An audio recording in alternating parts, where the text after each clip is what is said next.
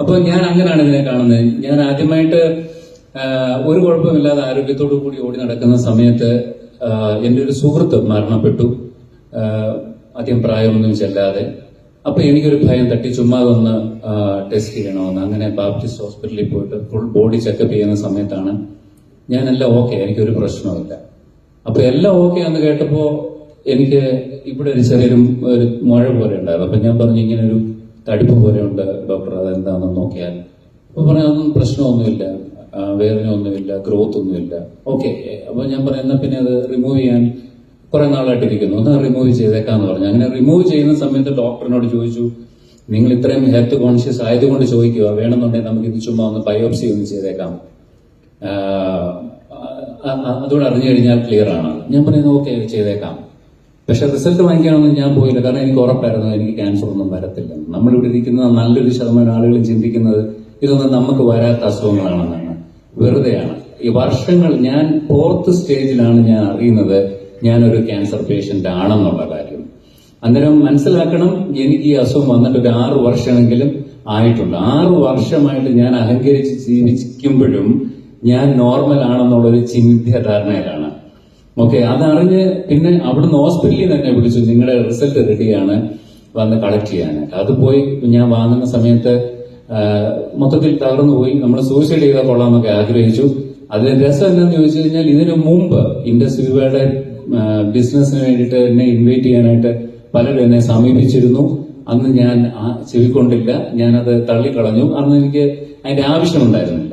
അതിനുശേഷം, ഇത് അറിഞ്ഞതിന് ശേഷം ഞാൻ ക്യാൻസർ പേഷ്യന്റ് ആണ്. പിന്നെ മണിപ്പാൽ ഹോസ്പിറ്റലിൽ പെറ്റ് സ്കാൻ ചെയ്യുന്ന സമയത്താണ് അറിയുന്നത് എനിക്ക് 7 ഇടത്ത് അത് സ്പ്രെഡ് ആയിട്ടുണ്ട്, 4th സ്റ്റേജ് ആണെന്ന് മനസ്സിലാകുന്നത്. പോളിക്കുലർ ലിംഫോമ എന്ന് പറയുന്ന ഒരു ടൈപ്പ് ക്യാൻസർ ആയിരുന്നു. അതിനുശേഷം ലെസ്ലി ത്രൂ ആണ്. പിന്നെ ഞാൻ അമേരിക്കയിലുള്ള എന്റെ അളിയനോട് സംസാരിച്ച സമയത്ത് അവരെന്നോട് പറഞ്ഞു, ഡോക്ടർ ഒക്കെ സംസാരിച്ചിട്ട് പറഞ്ഞു, ഇത് പേടിക്കേണ്ട കാര്യമില്ല, നിങ്ങൾ ഇത് ഇമ്മ്യൂണിറ്റി സിസ്റ്റം ബൂസ്റ്റപ്പ് ചെയ്താൽ പറ്റും, അല്ലാതെ ഇമ്മ്യൂണിറ്റിയുടെ പ്രോബ്ലം കൊണ്ടാണ്, ബെറീസ് കഴിച്ചാൽ നല്ലതാണ് എന്നൊക്കെ അറിയുന്ന സമയത്താണ് ലെസ്ലി ത്രൂ ഞാൻ ഇൻഡസ് വിവയുടെ ഐപൾസ് എന്ന് പറയുന്ന പ്രോഡക്റ്റ് കഴിക്കാനായിട്ടും ഉപയോഗിക്കാനായിട്ടും ഇടയാവുന്നത്.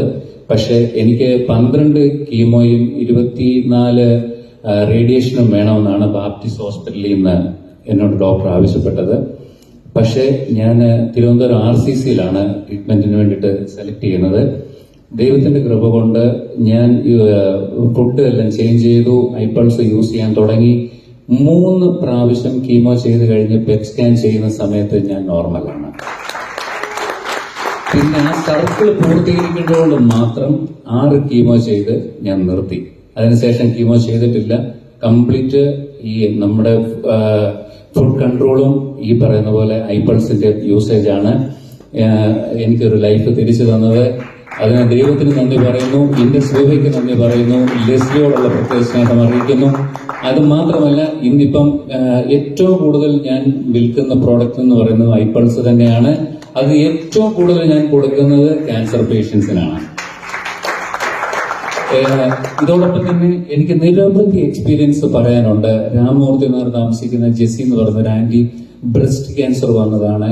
പുള്ളിക്കാരത്തെ ആശുപത്രി കൊണ്ടുപോയപ്പോൾ ഡോക്ടർ പറഞ്ഞു 3 മാസം കൂടെ ജീവിക്കത്തുള്ളൂ. ഡോക്ടർക്ക് അറിയാം ഇനി ട്രീറ്റ്മെന്റ് ചെയ്തിട്ട് ഒന്നും സാധിക്കാനില്ല, ഒന്നും ചെയ്യാനില്ല. അങ്ങനെ ആ ഡോക്ടർ ആന്റിയോട് മാത്രം ഇങ്ങനെയാണ് എന്ന് പറഞ്ഞില്ല, 3 മാസമേ ജീവിക്കത്തുള്ളൂ എന്ന് പറഞ്ഞില്ല. പക്ഷെ കൂടുതൽ ട്രീറ്റ്മെന്റ് ഒന്നും ചെയ്യണ്ടെന്ന് പറഞ്ഞു. പക്ഷെ അവരുടെ റിലേറ്റീവിനോട് പറഞ്ഞു ഇന്ന പോലെയാണ് സംഗതി എന്ന്. അവർ എന്നോട് സംസാരിച്ചപ്പോൾ ഞാൻ പറഞ്ഞു, എന്തായാലും വേറെ ട്രീറ്റ്മെന്റ് ഒന്നും ഇനി ചെയ്യാനില്ലല്ലോ ഡോക്ടർക്ക്. ഇപ്പം ഞാൻ പറഞ്ഞു ഈ ഒരു പ്രോഡക്റ്റ് കൊടുക്കാൻ പറഞ്ഞു. അതിനുശേഷം കുറച്ച് ഡയറ്റും പറഞ്ഞു കൊടുത്തു. പുള്ളിക്കാരത്തി ഇന്ന് 3 വർഷമായിട്ട് ജീവിച്ചിരിക്കുക. രസം എന്നറിയാവോ, കഴിഞ്ഞ ദിവസം പോയി പെറ്റ് സ്കാൻ ചെയ്യുന്ന സമയത്ത് പുള്ളിക്കാരത്തിയുടെ ശരീരത്ത് ക്യാൻസർ ഇല്ല. പുള്ളിക്കാരത്തി ടോട്ടലി ക്ലിയർ. സത്യമായ കാര്യമാണ്. ഇന്നിപ്പം ഈ അതിനുശേഷം കോഴിക്കോട്, ഇപ്പം ഈ മേഡം പറഞ്ഞപ്പോൾ ഞാൻ മനസ്സിലാക്കുവാണ്, കോഴിക്കോടുള്ള എൻ്റെ ഒരു സുഹൃത്തുണ്ട്, ഒരു ആർക്കിടെക്ട് ആണ്. പുള്ളിക്കാരന്റെ അമ്മയുടെ വയറ്റില് ഗ്യാസ് നിറഞ്ഞു. ഗ്യാസിന്റെ പ്രോബ്ലമാണ്. കുറേ വർഷങ്ങളായിട്ട് അവർ ഗ്യാസിന് മരുന്ന് കഴിക്കുന്നു, ട്രീറ്റ്മെന്റ് ചെയ്യുന്നു. ഗ്യാസിന് യാതൊരു മാറ്റവും ഇല്ല. വയറ് വീർത്ത് തന്നെ ഇരിക്കും. അവസാനം ഭക്ഷണം കഴിക്കാൻ വയ്യ, വോമിറ്റ് ചെയ്യുന്ന പ്രശ്നം ഉണ്ടാവുക, അങ്ങനെ ഭയങ്കര പ്രശ്നം വന്നപ്പോൾ അവര് മലബാർ ക്യാൻസർ സെന്ററിൽ കൊണ്ടുപോയി കാണിച്ച സമയത്ത് പറഞ്ഞു ഇത് ക്യാൻസർ ആണ്, കീമോ ചെയ്യണം, എത്രയും വേഗം അഡ്മിറ്റ് ചെയ്യണമെന്നൊക്കെ പറഞ്ഞു. അപ്പൊ എന്റെ സിറ്റുവേഷൻ അറിയാവുന്നതുകൊണ്ട് എന്നെ വിളിച്ചപ്പോൾ ഞാൻ പറഞ്ഞു ഒരു കാരണവശാലും കീമോ ചെയ്യരുത്. ഞാൻ പറഞ്ഞു ഒരു മാസം എനിക്ക് സമയം തരാൻ പറഞ്ഞു. ഒരു മാസം, നിന്റെ അമ്മ ഒരു മാസത്തേക്ക് എന്നെ വിശ്വസിച്ചിട്ടാ ഞാൻ തരുന്ന ഈ പ്രോഡക്റ്റ് കഴിക്കാൻ പറഞ്ഞു. ഒറ്റ ബോട്ടിൽ കഴിച്ചു കഴിഞ്ഞപ്പോൾ മുതൽ അവരുടെ വയറ് റെഡ്യൂസ് ആയി, ഗ്യാസ് എല്ലാം പോയി, ഭക്ഷണം കഴിക്കാൻ പറ്റി, മോഷനെല്ലാം ക്ലിയർ ആയി. ഇന്ന് വരെ കീമോ ചെയ്തിട്ടില്ല, ഇന്ന് ഹെൽത്തി ആയിട്ടിരിക്കുന്നു. ആശുപത്രി കൊണ്ടുപോയി കഴിഞ്ഞ ഒരു 2 മാസം മുമ്പ് ടെസ്റ്റ് ചെയ്തപ്പോൾ ഡോക്ടർ ചോദിച്ചു നിങ്ങൾ എന്ത് മെഡിസിനാ കൊടുത്തേ, ഒത്തിരി വ്യത്യാസമുണ്ടെന്ന്. പുള്ളി പറഞ്ഞു ഇപ്പൊ കൊടുക്കുന്നത് തന്നെ.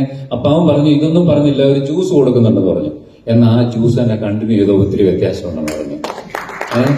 സോ ഐപൾസ് ബെസ്റ്റ് പ്രോഡക്റ്റ് ആണ്. എനിക്ക് അതുകൊണ്ട് ഞാൻ നന്ദി പറയുന്നത് ഐപൾസിനും ഇൻഡസ്ട്രിക്കും ലെസ്ലിക്കും ഈ ഒരു ഓപ്പർച്യൂണിറ്റി ഇങ്ങനൊരു മാർഗം കാണിച്ചെന്ന ദൈവത്തിന് നന്ദി പറഞ്ഞുകൊണ്ട്